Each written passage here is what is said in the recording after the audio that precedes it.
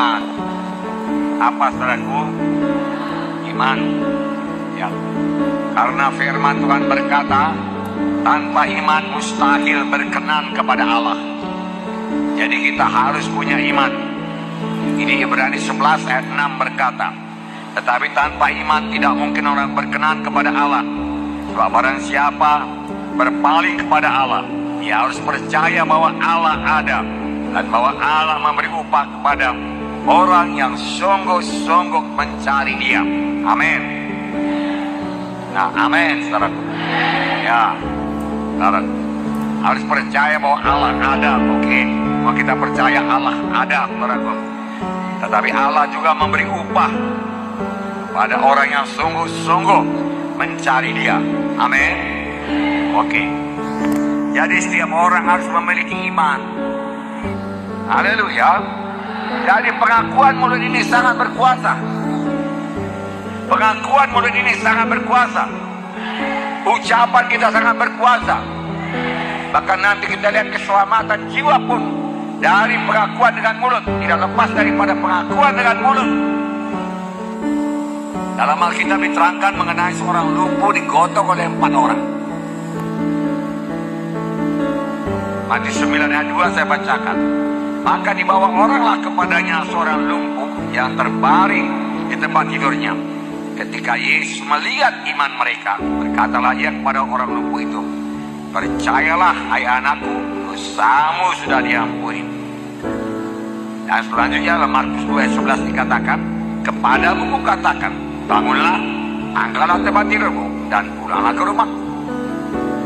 Firman Tuhan berkata, ketika Tuhan melihat iman mereka itu, tentu saja yang sakit ini beriman. 4 orang ini pun beriman. Kalau mereka tidak beriman, mereka tidak akan menggotong orang sakit dari rumah sampai ke tempat di mana Tuhan Yesus mengajar.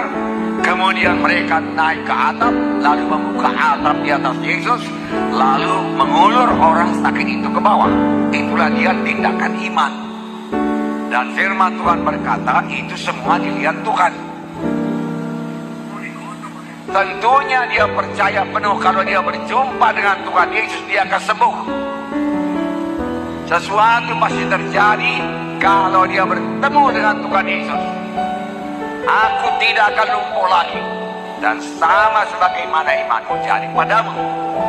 Tuhan Yesus berkata kepadanya, hai anakku, imanmu telah menyembuhkan engkau.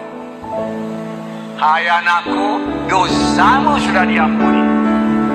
Manakala lebih mudah mengatakan, anakku, dosamu sudah diampuni, atau angkatlah tempat tidurmu, bangun dan bangkitlah pulang ke rumahmu.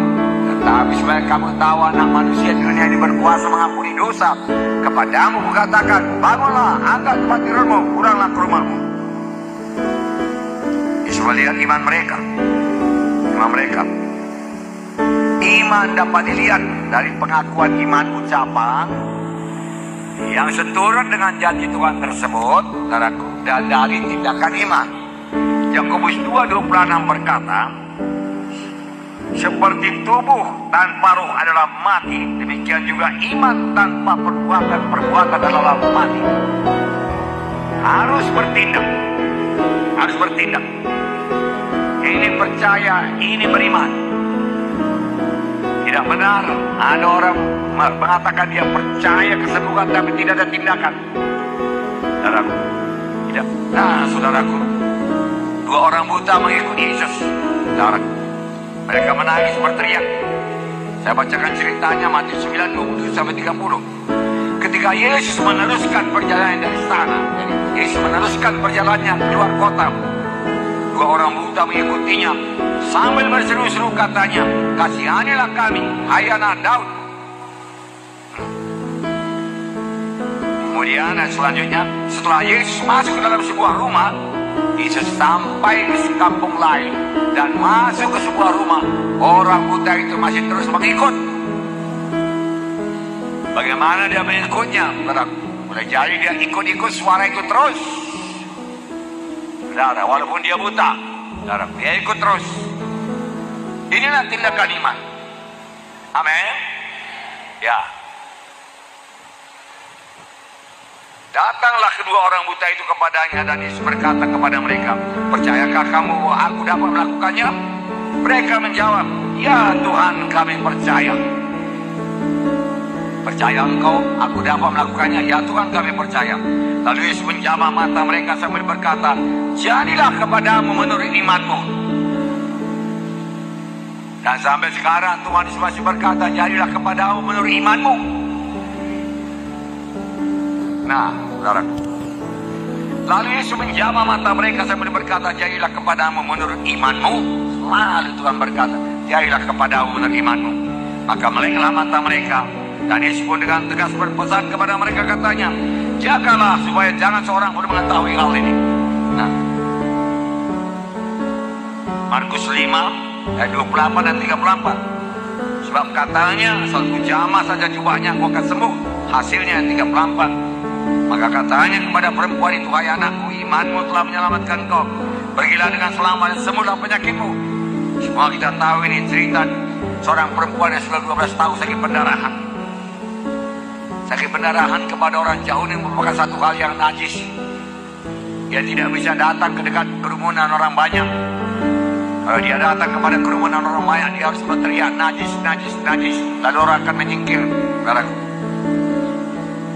Dan sudah 12 tahun, saudaraku, dia berobat dan tidak sembuh-sembuh. Tetapi sudah dia mendengar tentang Yesus, saudaraku, imannya tumbuh.